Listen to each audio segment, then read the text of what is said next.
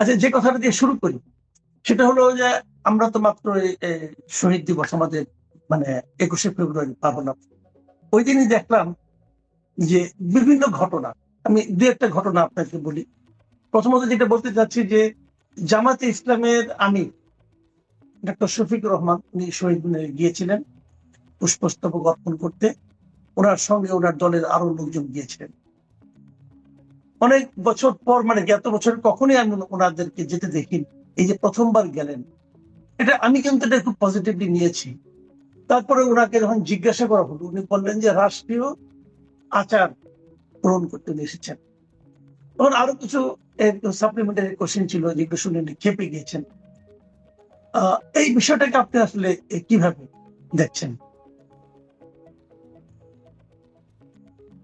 জামাত ইসলাম বেশ কিছুটা সময় ধরে নিজেদেরকে প্রগতিশীল মধ্যপন্থী দল হিসেবে প্রমাণ করার চেষ্টা করছে। এটা তাদের আরেকটা সূক্ষ্ম কৌশল, কেননা জামাত ইসলামের পক্ষে এটা হওয়া সম্ভব না। এই কারণে যে তাদের গঠনতন্ত্র, তাদের যে দলের ইন্টারনাল যে অ্যাটমসফিয়ার বা অভ্যন্তরীণ পরিবেশ, সেটি মধ্যপন্থী গণতান্ত্রিক দলের নয়, এবং তারা কোনোভাবেই প্রগতিশীলতাকে পছন্দ করে না। তারা একদিকে নারীকে দমিত করতে চায়, একদিকে তারা অনেক ধরনের অশ্রাব্য কুশ্রাব্য ভাষায় শুধু নারী নয়, তাদের বিরোধীদেরকেও আক্রমণ করে। তারা ইন্টারনেটে বট বাহিনী পেলে তারা বিরোধী মতকে অত্যন্ত কুৎসিত ভাষা আক্রমণ করে, আবার অস্বীকার করে যে তাদের কোনো বট নাই। তাদের দলের লোকেরা একেবারে তাদের চিরশত্রু ছাত্রলীগের পেটের মধ্যে ঢুকে থাকে এবং ফেসবুকে স্ট্যাটাস দেয় যে নৌকার বিজয় হবে। তো এরকম একটি দল যখন এসে বলে যে তারা মধ্যপন্থী হয়ে যাচ্ছে, তারা প্রগতিশীল হচ্ছে, এদেরকে বিশ্বাস করার কোনো কারণ নেই। তবে তারা বলতেই পারে এটা তাদের রাজনৈতিক একটা লক্ষ্য, কিন্তু তাদেরকে বিশ্বাস করা খুব কঠিন। আমি অবশ্য আহ সবসময় মনে করি যে সবারই সংশোধনের সুযোগ আছে। ফলে সত্যি সত্যি যদি তারা মধ্যপন্থী প্রগতিশীল হয়ে গিয়ে থাকেন, তাহলে এটা তাদেরকে কাজের মধ্যে দিয়ে প্রমাণ করতে হবে, এবং তাদের কথার মধ্যে দিয়ে শুধু না, তাদের প্রক্রিয়া, তাদের যে গঠনতন্ত্র, সব জায়গাতে প্রমাণ করতে হবে। তো সর্বত্র তারা এটা প্রমাণ করতে পারছেন না, শুধু মুখে পারছেন বলে এখনো তাদের বিশ্বাস করতে পারছে না। কিন্তু আমি তাদেরকে এই পথে স্বাগত জানাই। যদি তারা সত্যি একটি প্রগতিশীল ইসলামী দল হতেন, তাহলে পৃথিবীর ইতিহাসে এইটা হবে প্রথম একটি প্রগতিশীল ইসলামিক দল। কেননা ইসলামিক দল সাধারণত প্রগতিশীল হয় না, কারণ তাদের আইন কানুন তো আসলে একটা ধর্মীয় একটা গণ্ডির মধ্যে আবদ্ধ। আমি এই আবদ্ধতাকে বিরোধিতা করি না, আমি যেটা অপছন্দ করি সেটি হচ্ছে সেই ধর্মীয় গণ্ডির মধ্যে আবদ্ধ থেকে যদি আপনি মানে এক ধরনের নাটক করেন যে আপনি আসলে প্রগতিশীল, সেটা নিয়ে আমার আপত্তি। আমার কিন্তু ধর্মীয় গণ্ডিতে আবদ্ধ রাজনৈতিক দল নিয়ে কোনো আপত্তি নাই। তারা রাজনীতি করতে পারেন, জনগণ যদি গ্রহণ করে সত্যি তাদের করবে, যদি না করতে পারে করবে না। এটা তো একটা আদর্শিক লড়াই। তো সেইখানে যারা যারা লড়াই করবেন তারা করবেন। তো আমি মনে করি যে তারা এই প্রগতিশীল প্রমাণ করার জন্য এবং নিজেদেরকে বদলে গিয়েছেন এটা প্রমাণ করার জন্য এইবার হঠাৎ করেই 21শে ফেব্রুয়ারিতে শহীদ মিনারে গিয়েছেন। কিন্তু সাংবাদিকদের প্রশ্নের উত্তরে তিনি একটা অদ্ভুত কাজ করেছেন। সাংবাদিকরা যখন তাকে জিজ্ঞেস করেছে আপনি কেন এলেন, উনি বলছেন উনি বিরোধী দলের নেতা, তাই প্রোটোকল মানতে এসেছেন। তো ওনার দলের প্রোটোকলে এটা নাই, বিরোধী দলের প্রোটোকলে এটা আছে। তার মানে আপনি চিন্তা করেন, দল হিসেবে তারা এখনো এটাকে পছন্দ করে না, কিন্তু বিরোধী দলে গিয়েছেন বলে, জনগণ তাকে বিরোধী দলে দিয়েছে বলে এখন জনগণের মন রক্ষায় তাকে এটা করতে হচ্ছে। তাহলে আরেকটি বিষয় চিন্তা করেন, ওনারা আসলে যে রাজনীতিটা করেন এটা জনগণের মন রক্ষার রাজনীতি তারা করেন না, তারা তাদের নিজেদের একটা রাজনীতি করেন। এখন যখন জনগণ তাদেরকে বিরোধী দলে পাঠিয়ে দিয়েছে, এখন তারা প্রোটোকল মেনে চলছেন, মানে জনগণ তাদেরকে বাধ্য করেছে এখানে যাওয়ার জন্য। এইটা না, হচ্ছে এখানে এক। আরেকটা আর কথা। দ্বিতীয় হচ্ছে, যখন যখন প্রশ্ন হুম, করলো যে এটা কি জায়েজ হয়েছে না না জায়েজ, উনি রেগে হ্যাঁ, গেলেন। উনি বললেন যে এই প্রশ্ন আপনি কেন করবেন? এই প্রশ্ন তো অবশ্যই তাকেই করা হবে, কারণ তিনি জামাতে ইসলামের আমির। তিনি যদি ধর্মের ব্যাখ্যা দিতে না পারেন, তিনি যদি জায়েজ না জায়েজের ব্যাখ্যা দিতে না পারেন, তাহলে দলের নামের শেষে ইসলাম কেন? দলের নামের শেষে তাহলে জামাতে ইসলাম কেন, তাই না? উনি অথবা না, ওনার দলের আমি কোনো এখানে আপনাকে আরেকটা জ্ঞানী প্রশ্ন করি। ব্যক্তি এটা এটা ব্যাখ্যা উনি দিবেন। কিন্তু ওনারা তো বলেছেন, এটাকে নাজায়েজ বলেছেন। জি, জি, উনি কিন্তু বলেছেন যে উনি রাষ্ট্রীয় আচার পালন করতে এসেছেন, রাষ্ট্রীয় আচার।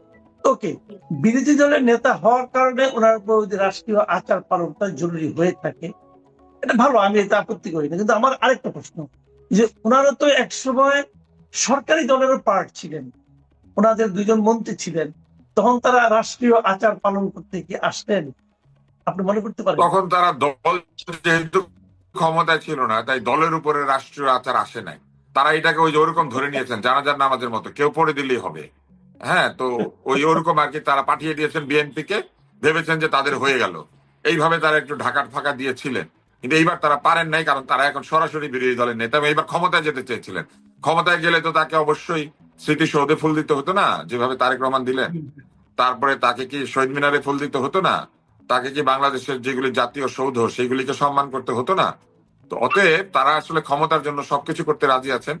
ক্ষমতার জন্য তারা রাষ্ট্রীয় আচার নাম দিয়ে এই কাজে এসেছেন। কিন্তু যখন প্রশ্ন করা হয়েছে জায়েজ না জায়েজ, তিনি উত্তর দিতে চান নাই এবং উত্তরটা দেন নাই। শুধু তাই না, তাকে আর একটা প্রশ্ন আছে, সেটি হচ্ছে রাষ্ট্রীয় আচার কি ধর্মীয় জায়েজ না জায়েজের উপরে না নিচে, রাষ্ট্র কি ধর্মের উপরে না নিচে, এইটা তো জানতে হবে। তাকে তো এটাও বলতে হবে যে রাষ্ট্রীয় আচার কি ধর্মের উপরে না ধর্মের নিচে, এটাও তো যাও বলতে হবে। একটু অতএব বেকায়দা এই প্রশ্ন ব্যাখ্যাগুলি করতে তারা পারবো। করবেন না। আমি আপনাকে বলি, সংসদের গদিতে এতগুলি লোক নিয়ে গিয়ে বসবেন, এতগুলি মানুষ নিয়ে তারা জীবনে প্রথমবারের মতো সংসদে প্রবেশ করবেন, সংসদের নানান ধরনের সুবিধা অসুবিধা এগুলি তারা ভোগ করবেন। অতএব তারা এই মুহূর্তে দেখবেন খুব সুকৌশলে এই জায়েজ না জায়েজ ফতোয়া সব দূরে সরিয়ে রাখবেন। এগুলো শুরু হবে কখন জানেন? যখনই সরকারি দল কোন একটা ভুল করবে, তখনই তারা ধর্মের বিধান নিয়ে এসে হাজির হবে। জি, আচ্ছা, আমি আরেকটা প্রসঙ্গ একটু যাই। আমাদের সদ্য সাবেক যে সরকার, সেই সরকারের যিনি প্রধান ছিলেন ডক্টর মোহাম্মদ ইউনূস, ওনার যিনি press secretary mister Shafiqul Alam, জ্ঞানী মানুষ, কোনো সন্দেহ নাই।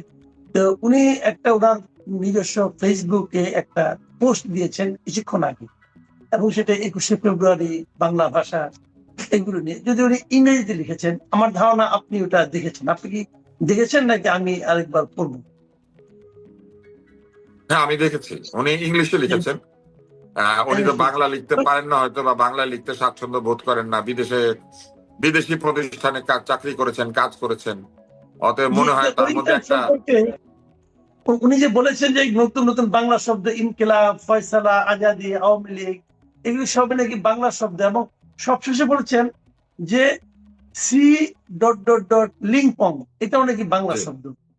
তো আপনি কি এই ওনার এই মন্তব্যের সঙ্গে একমত, অথবা ওনার এই মন্তব্য নিয়ে আপনার কোনো মন্তব্য আছে কি? ভাষাবিজ্ঞানীরা বলেন যে ভাষা ধীরে ধীরে বদলায়, ভাষায় নতুন শব্দ যুক্ত হয়, কিন্তু ভাষা কখনো এই কুৎসিত শব্দকে নিজের সঙ্গে যুক্ত করে না। ভাষা কুৎসিত শব্দের শব্দার্থ জানে, কিন্তু ভাষায় কুৎসিত শব্দের স্থান হচ্ছে কুৎসিত হিসেবেই।